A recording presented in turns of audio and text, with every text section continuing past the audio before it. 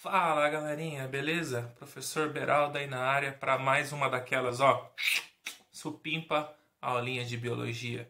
Quem tá afim de estudar, galera, quem tá afim de arrebentar, então vem comigo, vamos aprender a biologia de verdade, demorou?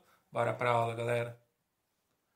Bom, pessoal, agora a gente vai começar a aulinha de classificação zoológica 2, ou seja, a gente vai falar de zoologia de invertebrados 2, certo? Dentro do grupo, ou dentro da aula de zoologia de invertebrados 2, a gente vai falar principalmente sobre os moluscos e os equinodermos, esses dois grupos que são bem diferentes, tá? O grupo dos moluscos é principalmente representado por polvos, lulas, sépias, náutilos, caracóis, caramujos, lesmas. São os invertebrados de corpo mole, cada um com as suas características e diferenças, tá? Agora, no grupo dos equinodermos, que o próprio nome já diz, são aqueles que têm a pele com espinhos. Nós temos aí estrelas do mar, ouriços do mar, bolachas de praia, lírios do mar, os ofiuroides, né, que são as serpentes do mar.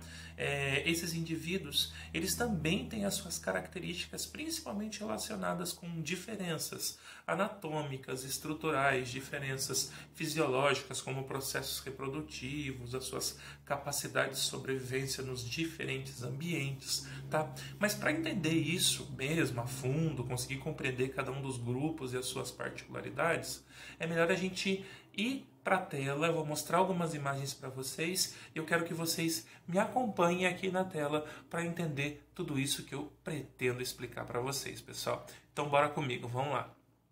Bom, pessoal, vou apresentar para vocês agora o grupo dos moluscos, tá? O grupo dos moluscos, ele é um grupo bem diferenciado dentro do grupo dos invertebrados, tá? Ele, primeiro, recebe esse nome por causa que a maioria deles tem o corpo completamente mole, tá? Alguns com concha, outros sem concha, tá? Os que têm concha, a concha é produzida principalmente por carbonato de cálcio, tá? Esses indivíduos, eles são encontrados em água doce, água salgada e até mesmo terrestres, é óbvio, próximo a solos úmidos, tá? E a regiões úmidas, aqueles que são terrestres. E esse filo é composto principalmente por caracóis, lesmas, lulas, polvos, sépias, ostras e mexilhões. Tudo bem? Lembrando que todos os indivíduos dentro do grupo dos moluscos são triblásticos, apresentam 3 folhetos embrionários, ectoderme, mesoderme e endoderme. São celomados, ou seja, eles possuem o celoma, aquela cavidade interna. E por último, são protostômios, certo? O blastóporo vai primeiro formar a boca e depois é formado o ânus. Tudo bem? Essas são as características mais gerais.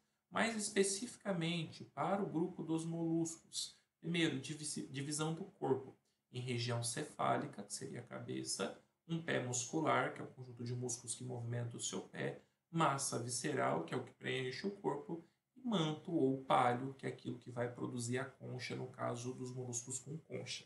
Sistema respiratório vai depender do ambiente onde ele vive. Se ele for aquático, então o sistema respiratório branquial. Se ele for terrestre, um sistema respiratório pulmonar simples. Sistema circulatório, na grande maioria, é do tipo aberta, tá? Com um líquido chamado de hemolinfa que vai banhar todos os órgãos e a cavidade interna, e assim vai levar os nutrientes, os gases necessários. Mas em alguns grupos, como é o caso dos polvos e das lulas, a gente tem um sistema circulatório fechado. O que isso significa?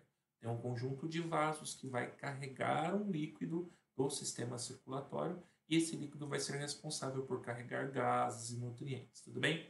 Sistema digestório completo, com boca, intestino e ânus, no caso, digestão externa e interna. No grupo das lesmas, caramujos e tudo mais, nós temos uma estrutura chamada de rádula, que é uma estrutura denteada que raspa o substrato para conseguir obter nutrientes. Enquanto que no grupo dos polvos, por exemplo, nós temos uma mandíbula córnea. Funciona mais ou menos como um biquinho, tá? Não é um biquinho, não tem nada a ver, por favor. Mas ajuda a capturar o alimento e triturar, por exemplo, está comendo lá um indivíduo que tem uma concha mais dura, então essa mandíbula córnea consegue quebrar essa concha para aí sim o polvo conseguir se alimentar. Sistema excretor formado por estruturas chamadas de metanefrídeos, que funcionam como pequenos túbulos que ligam a parte externa com a parte interna do corpo, sempre eliminando as excretas produzidas pelo metabolismo do molusco, tá? Sistema nervoso é formado a partir de gânglios nervosos, e esses gânglios têm projeções que levam vários cordões nervosos em várias direções do corpo. O sistema nervoso ele é diferente dentro do grupo dos moluscos. Um grupo que a gente vai ver mais para frente tem um sistema nervoso um pouquinho mais complexo, enquanto os outros grupos têm um sistema nervoso um pouquinho mais simples. E por último, o sistema reprodutor, onde a maioria dos indivíduos eles são dioicos, fazem reprodução sexuada, e uma minoria, como é o caso dos caracóis, são hermafroditas, eles são monóicos. Tudo bem? Especificamente para cada grupo de molusco, como é o caso aqui inicialmente dos gastrópodes, nós temos algumas características peculiares. Por exemplo, o gastrópode ele recebe esse nome porque a sua cavidade digestiva, que fica aqui dentro da concha, está exatamente em cima dos seus pés. Então, gastro e pod, certo? Cavidade digestiva em cima dos pés. Eles possuem a tal da rádula que eu comentei, a gente já vai ver numa imagem mais à frente, e o grupo dos gastrópodes são representados por lesmas, caracóis, caramujos e lesmas marinhas, tá? Aqui nesse corte esquemático de um molusco gastrópode, a gente tem aqui, ó, a rádula sendo representada, tá? Todos esses dentinhos eles são colocados para fora, raspam o substrato e levam o alimento para dentro. O alimento entra pela boca, passa pelo estômago, intestino e ânus, que se abre aqui na abertura superior da concha. Aqui em cima também, como esse corte é de um gastrópode aquático, então eu tenho uma brânquia para fazer a captação do oxigênio, certo?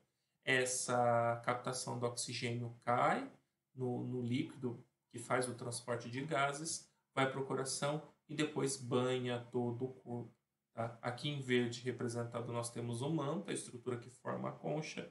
Aqui embaixo o pé muscular, tá? E no finalzinho do pé a gente tem esse opérculo que serve para fechar a abertura da concha quando esse gastrópode aqui se sente ameaçado, por exemplo. No grupo dos moluscos, nós temos também um grupo chamado de bivalve, que são aqueles que têm duas conchas. Por exemplo, os mariscos, as ostras, os mexilhões, as vieiras. Todos esses muito conhecidos principalmente por causa que são fonte de alimento. Em alguns países é cultural comer esses bivalves. Tá? E eles também são fontes de uma riqueza que o homem usa, que é a pérola, que é um material biológico produzido por esses bivalves. Assim que um corpo estranho entra na sua concha, ele reveste esse corpo estranho de um muco, esse muco é chamado de madrepérola ou então de nácar, tá? Ele vai produzir esse muco, revestir esse corpo estranho e aí vai formar o que a gente chama de pérola.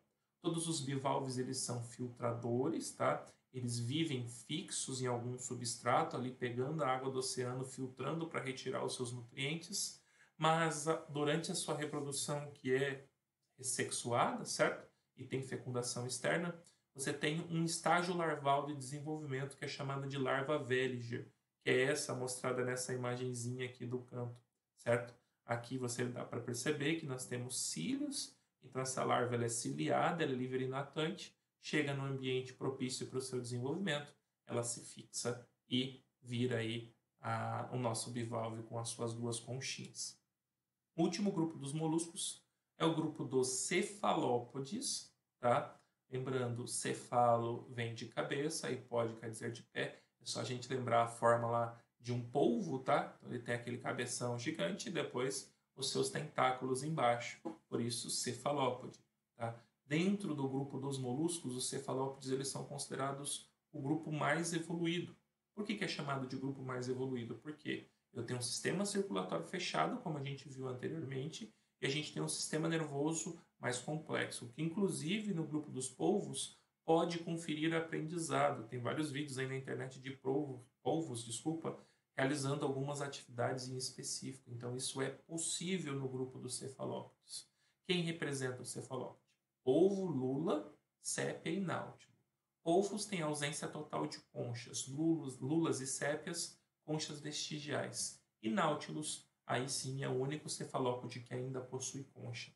Por ser notadamente uma evolução dos cefalópodes a diminuição ou a ausência da concha, eles, por perderem uma das coisas que os protegia, evolutivamente falando, é claro, eles desenvolveram outras estratégias de de proteção, como é o caso aqui, a maior agilidade pelo sistema de propulsão que eles possuem, tá? Eles jogam jatos de água para se deslocar mais rápido dentro da água.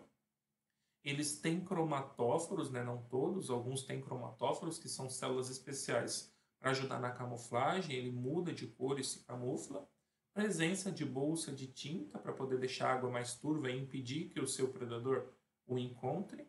E também a presença de ventosas, que além de ajudar na alimentação, também auxilia na defesa, tá? E nós temos os 4 grupos, então, o polvo, a lula, a sépia e o náutilo, cada um na sua representação. Espero que vocês tenham compreendido aí a explicação sobre o grupo dos moluscos, pessoal. Fizemos aí tintim por tintim uma explicação bem detalhada dessas suas características, certo? Bom, pessoal, espero que vocês tenham entendido tudo isso aí que foi falado. Mas para ter certeza que vocês realmente entenderam, vamos resolver um exercício comigo? Bora resolver um exercício, pessoal? Bom, pessoal, bora lá resolver um exercício para ver se vocês realmente conseguiram compreender tudo o que a gente falou. Agora, exercício sobre moluscos. Exercício que caiu na Unesp do ano de 2019 diz o seguinte: os microplásticos representam aproximadamente 92,4% da contagem global de partículas de lixo plástico. Estes pequenos plásticos de até 5 milímetros de tamanho estão entrando no ambiente marinho, contaminando um sistema já vulnerável. Bom, pessoal, primeira coisa, um assunto mega recente, tá? A poluição pelos microplásticos ela está sendo cada vez mais estudada, já que em todos os indivíduos na cadeia marinha são encontrados microplásticos dentro do seu organismo, tá? E, assim, é sempre bom a gente se atualizar em alguns assuntos, e esse é um deles que vale a pena investir um pouquinho na leitura. Bom, o exercício pergunta o seguinte: os mexilhões estão entre os invertebrados marinhos diretamente afetados pela presença de partículas de microplásticos nas águas, uma vez que para se alimentarem. Bom, é bom a gente lembrar que os mexilhões são um grupo de moluscos bivalves e esses indivíduos eles são filtradores. Eles dependem da filtração para conseguir se alimentar, certo? A partir disso, pessoal, nós temos as alternativas. A. Capturam micropartículas batendo os flagelos dos coanócitos. Toma cuidado, essa alternativa faz referência ao grupo dos poríferos, tá? Letra B. Raspam com a rádula a superfície do substrato marinho. Aqui faz referência a um molusco, mas no caso moluscos gastrópodes, como é o caso, por exemplo, do caramujo. C. Trituram com dentes calcários outros animais menores. Essa história de triturar com dentes calcários, pessoal, é relacionado aos equinodermos. Por exemplo, lá o ouriço do mar, ele tem esse conjunto de dentes calcários. D. Filtram partículas de alimento na água circundante. Opa, peraí. Mexilhões são filtradores e aqui está falando de filtração. Bom, muito provável que seja a letra D, mas vamos ler a letra E para desencargo de consciência, tá, pessoal? E. Circulam a água pelos canais do sistema ambulacrário. O sistema ambulacrário também é relacionado aos equinodermos. Então a gente fica, no final das contas, com a alternativa D. Essa alternativa é a certa para questões dos moluscos. E chegamos ao fim de mais uma aulinha de biologia, galera. Espero que vocês tenham entendido. Um abraço do professor Beraldo e até a nossa próxima aula.